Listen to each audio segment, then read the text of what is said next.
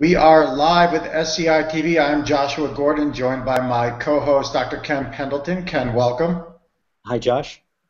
And we are really pleased to have a special guest today, Will Leitch, a prolific writer and charismatic individual who's going to talk about the Chris Borland case and some of the implications with us. Welcome.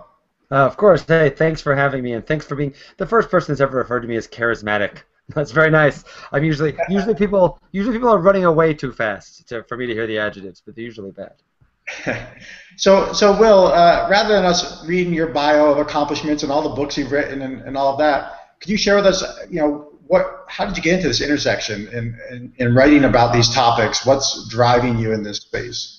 For me, I'm probably most well known for founding Deadspin, the sports blog, which turns 10 years old this year, which is kind of terrifying to think about in September. And for the point of that site is actually, even though I left Deadspin in 2008, and write for a lot of other places now. It's the same general idea. I've always kind of thought of it as fan advocacy, and I don't mean fan advocacy in that like give us lower ticket prices and so on. That would be nice, but more to the idea of we love the games, and the goal is to not let the people get in the way, the people that run them, and sometimes the people that play them, more often the people that run them, maybe the people that air them, and it feels like a lot of times people forget who actually pays for all of this. And so for me, I've tried to, one of the reasons I started Deadspin because I'd worked briefly as a more traditional sports journalist and beat reporter, and found it discouraging, we'll say, to my fandom, really. And sports is very important to me. It's something I take a lot of value in, and I wanted to make sure I preserved that. And so I tried to do that outside of maybe the more traditional rounds. And so what that kind of brings us to here is the notion of when you see what the NFL has been going through over the last few years, and the way they've reacted to some of the things. To me, there's this ongoing conversation: is football in peril? Is the NFL in peril? While the NFL, of course, is the biggest, is the most wealthy sports league in the world, and it feels like a lot of the conversations become more about the person making the statement and less than what the actual point of the conversation is. And so, for me, I always feel like it's important that these are sports, and they are fun, and they are entertainment, and they are diversion, and therefore on one hand you try not to take them too seriously. On the other hand, they do live in the actual physical world, and they do exist there. And so to try to weigh that counterbalance has always kind of been at least one of the goals. Also to make jokes, that's been another factor. But certainly that's always been one of the goals of what I try to do. Fantastic. So let's dig into this Chris Borland situation. A lot of folks have had strong reaction in either direction about the decision to retire early and citing some of the risk of playing in the NFL after just 1 year. Can you help us unpack a bit some of what's going on, both between the thought process from Chris's perspective, but then also the fan reaction as well? Yeah, it's certainly, the NFL is the type of nothing happens in a vacuum in the NFL. Every move, no one. It's kind of a signature aspect of the league these days that no one's thoughts and beliefs actually just represent themselves. They can't. You can't just be an independent actor. You have to stand for this larger organization, no matter what part of the organization you are. And so, basically, Chris Borland, the linebacker for the San Francisco 49ers, who was a third-round draft pick, and was Mike Mayock, the NFL analyst for the NFL draft on the NFL Network, said that he's too small and he's too slow, but he's my kind of player because he's a hardhead, which is maybe not the best word you want to use in football right now. But the idea of it was that the only way he was going to be able to succeed was to be fearless, and he was. Borland was terrific his first year in the NFL. He was a real up-and-coming player. The 49ers clearly needed him. They lost the linebacker before him for also retiring, so they needed Borland this year. Well, Borland decided after the season, he'd been talking about this during the preseason of his rookie year, which is a pretty good sign that maybe this sport's not the long-term thing for you. He decided that he was going to retire, and he did not want to. He cited head injuries, he cited concussions, he cited CTE, and talked about how, in a lot of ways, he's 24 years old, and he wants to preserve the rest of his life. Now, you can argue maybe you would make that decision, and maybe you wouldn't make that decision. But the one thing you can't argue is that it wasn't Chris Borland's decision. Well, because it's the NFL, this all became very politicized. This became he doesn't have what it takes to be in the NFL, and some of the NFL press were like, they're so kind of caught up in the NFL a little bit that they're like, well, how will we be able to predict future players who will be worried about their well-being enough to quit in a lot of ways, which is a very strange thing that I'm sure we'll get into in a bit. But the interesting aspect about this is you now have a player that is in a lot of ways representative of what the league stands for, this gritty fighter of a guy who's tough and smart and everything the league should be wanting promoting, looking forward in his career and says, you know what, this is going to be bad for me. I don't want to do it anymore. And I think a lot of the reaction to that, kind of the ripples in that wake, they've spoken to, I think, the potential enormity of kind of what Borland could stand for. And can you walk us through what the NFL's response has been, what the Niners' response, what the league has said, to the extent they've, what general managers are saying? Well, certainly officially speaking, the NFL is not going to say, we demand you hurt your brain some more. Like, I think they have they officially speaking, these are very smart corporate citizens. They know to say, we wish Borland to go well in his career and wish him to go well. The 49ers behind the scenes were scrambling. The way they were scrambling was fascinating, because the first way is the obvious way. We've lost our linebacker. We are short at this position. This is a problem. The second way was this weird existential, how did we not see this coming? As if you could somehow predict the type of person that would be worried enough about his health not to want to play football anymore. Did they? Because Borland, not only was good at football, he loved it. He kind of notoriously loved it. That was what made him such a good player. And so the 49ers kind of went through this reaction of how do we predict this and how do we figure out. And then you saw a lot of backlash. You saw a lot of backlash among anonymous general managers and scouts in particular. People saying, this kid doesn't know what he's talking about. This is I wrote a piece for New York Magazine last year of just how politicized sports debate was becoming, in that not so much that it's always been one side or the other debating Joe DiMaggio was better than Ted Williams. No, he wasn't. Ted Williams was. But it's become politicized in the way that now you see people saying, wow, there's no real proof that CTE exists, and this is like global warming and the wussification of America in a lot of ways. And you're seeing a lot of that happening. And, I think that certainly there have been people supporting Borland, but, there's a definite sense within the NFL that this is worrisome. This is, if you are at a point where an intelligent, talented, up-and-coming, incredibly promising player who really has not made that much money in his career. He ended up making about $750,000 off his first year, which is certainly good, and it's certainly a good nest egg for a 24-year-old to start his career on, but it's not, not a lifetime. There was more money for him to be made in his future if he kept playing. For him to turn down all the money that he had coming with a signature franchise in the league that is watched by more than any other in the country, and these days almost the planet, it was concerning. It's one thing to say, Pete Rozelle, the former commissioner of the NFL, famously said that he found concussions a journalist problem, which is to say that fans didn't really care. They just wanted to watch the games. I think there's an element of that, it's true, but to me this is now becoming something that's not just a journalist problem, but a talent problem, and I think that's where the NFL was, I might argue, rightly concerned. It strikes me as the year gives a snapshot of a very interesting balance about how do you define who an ideal NFL player is going to be, because on the one hand you had all these off-field incidents, right, with Ray Rice and Adrian Peterson, which call into perspective the need for people with sound character, sound judgment, more going on in life than just football, that they have some balance. We know that with transitions, that balance becomes really important, whether you're coming into the league or out of the league. And yet there's something here that seems to point towards a single-mindedness and a blinders approach to being able to ignore all the science that's coming out around head trauma.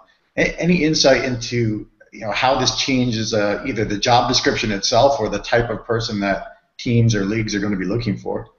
Yeah, it's an issue because the whole institutional mindset of the NFL is your entire life, on field, off field, on season, off season, whatever you're doing is supposed to be focused on football. This is a league where the coaches kind of infamously wake up on the couch next to their desk at 3:30 in the morning and work until 1:30 at night and fall asleep with Cheetos on them, and players are pushed, and it's all about their commitment to the shield and so on. There is on one the ideal NFL player is really not a well-balanced person. I mean, you want them to be well-balanced in that, like, they're not going to cause problems.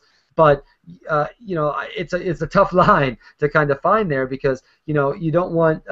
It was interesting. The piece I kind of quoted was a piece by Mike Florio in Pro Football Talk, where he talked about how scouts were really concerned because there was this sense that now you have to gauge not only a player's skills and a player's personality, you have to gauge their commitment to football. And commitment to football is this weird kind of loaded phrase in a lot of ways. What it really means is, are you willing to do what it takes in the short term, no matter what this might cost you long term? And you have to kind of predict that. And it's strange. That's like an impossible thing. Like, human beings are, like, I can't predict that. The things that my wife and family will do, and I see them every day. These people are in a room with someone in Indianapolis for 5 or 10 minutes and are breaking them down personality-wise. So certainly the ideal NFL player, I think the problem with the NFL sometimes is they have this vision of what a player is supposed to be, and anything that deviates from that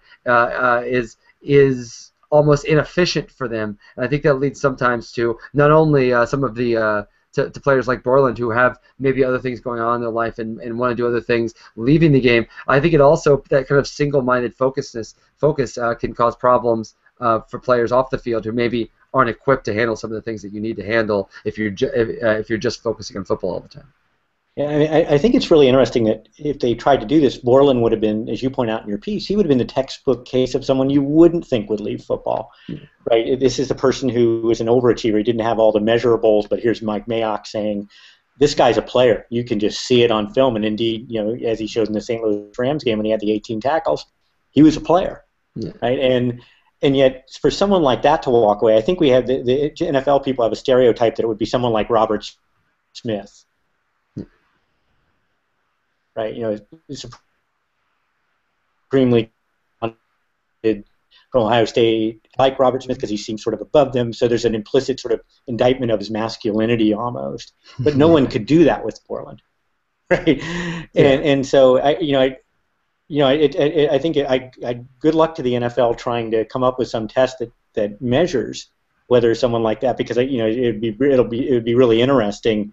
But because there have been so few cases, right? The only one I could think of offhand was John Frank, right? And for researching this piece for our conversation today, I went back and read the piece from Sports Illustrated in 1989 when he quit. And some things struck me as really interesting about it. One is there was no mention of concussions, just none.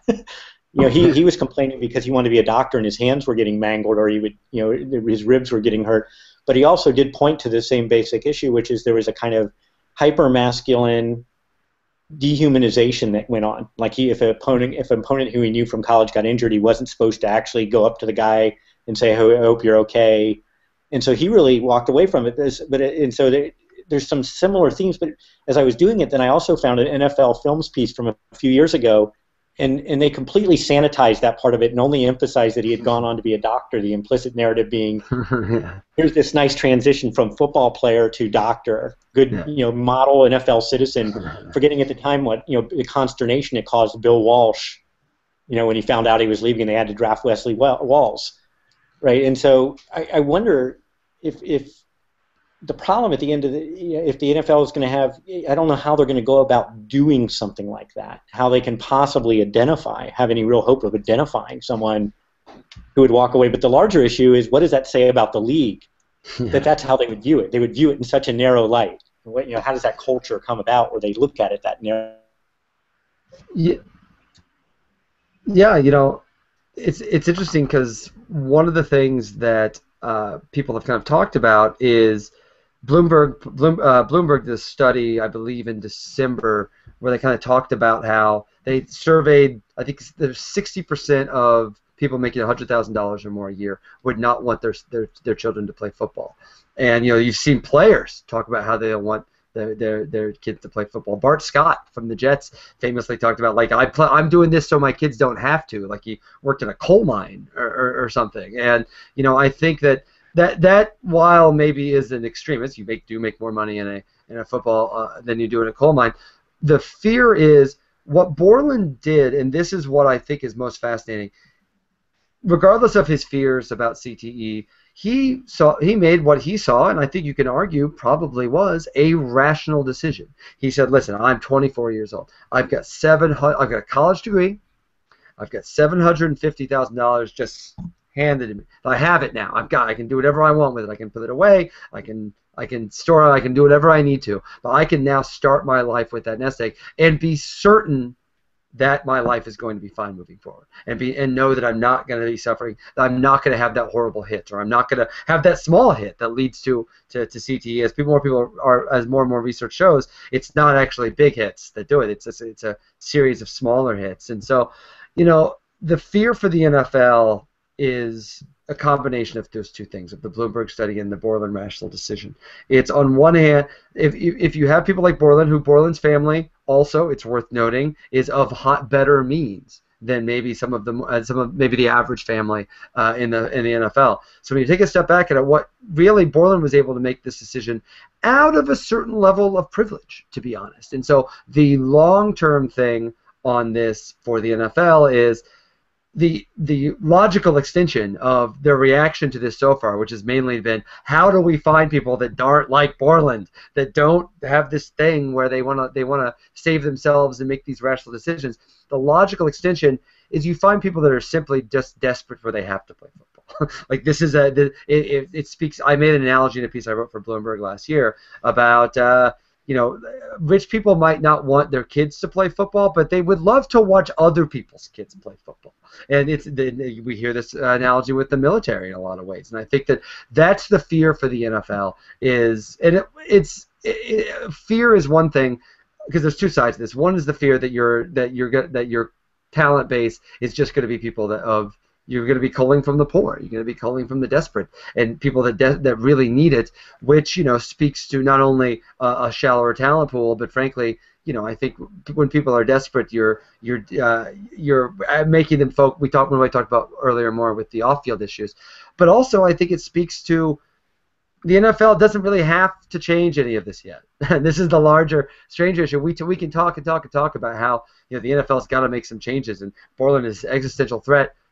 I mean, more people are watching the NFL than ever. The Super Bowl is incredibly, like, every year breaks Super Bowl records. The NFL is now, because of the way the cable television industry is set up, the NFL has more power over all media than it ever did before, because live television, you can't fast forward through commercials. Live television is more valuable than it's ever been. The NFL, in an economic sense, is unbelievably powerful in a way that's never been before. And they're dealing with, and because this is a long-term issue, this is an issue that is a bad press thing, but not actually, for now anyway, affecting the bottom line. I think it's affected their reaction to this.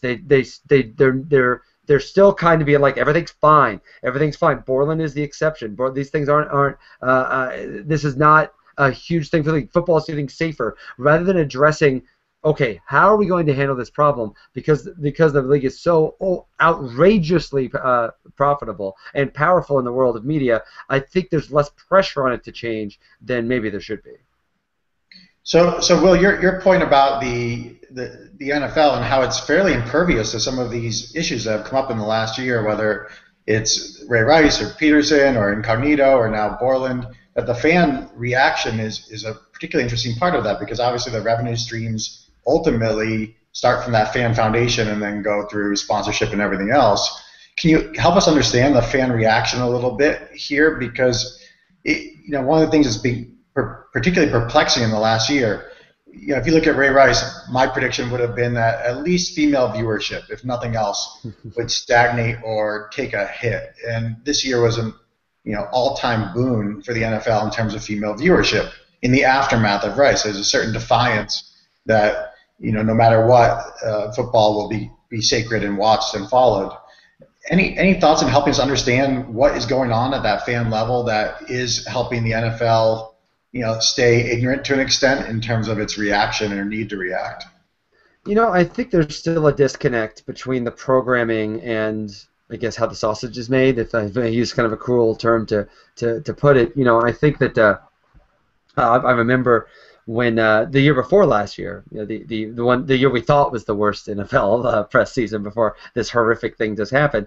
At the beginning of the season, Frontline ran its it's a documentary on concussions by with the book by I forgot the name of the book, by the Faranu and Fernawada from ESPN, and they ran their they and it was a terrific documentary, a terrific book, and basically they ran this documentary, and the number of people that told me, I can't watch the NFL now. This is unbelievable. This is the fact that they would try to tamp down this concussion issue, and I can't believe this is happening.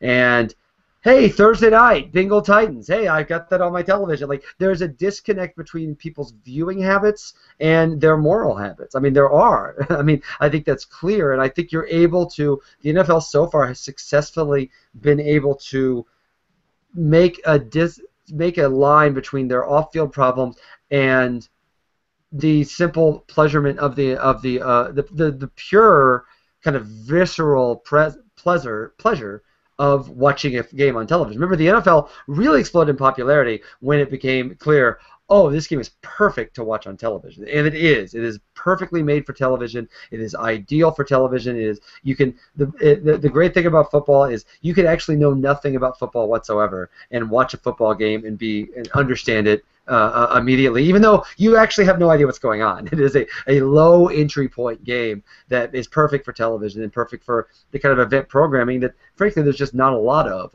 in the world anymore. So, that disconnect, I think we think about this a lot because I'm a journalist. I work in the field of sports. You guys talk about sports. The people that tend to just this is what Tagliabue was talking about when he talked about being a journalist issue. Is we can agonize this and we can think about this, but the average person, frankly, they have other stuff going on. Football is this thing that is a part of their ritual and a part of the thing that even if they're offended by Ray Rice and even if they think the game is unsafe, it doesn't actually change their habits. It's the old there's no way. People don't make the connection between them not watching and there being a difference. And part of that, frankly, is because the numbers are so massive that it's self-perpetuating in a lot of ways. You watch football because that's what you do. You watch football, and it's been hard for me. I've written about these issues for a long time, and my colleague Patrick Ruby, who wrote with me for Sports on Earth for a long time and is now at Vice Sports, has been covering the concussion issue in football for many, many years. And he told me 3 years ago, he's like, I just can't watch football anymore. And I was like, haha, yeah, right. And then he actually didn't watch football. And to this day, he's still one of the few people I know that's done that. And I still watch it. I cover this stuff, and I get very frustrated with some of the way the NFL handles things, but what can I tell you? I like football, and for me, I feel like it's almost a disengagement to say, you know what, away with your game, a pox on both your houses.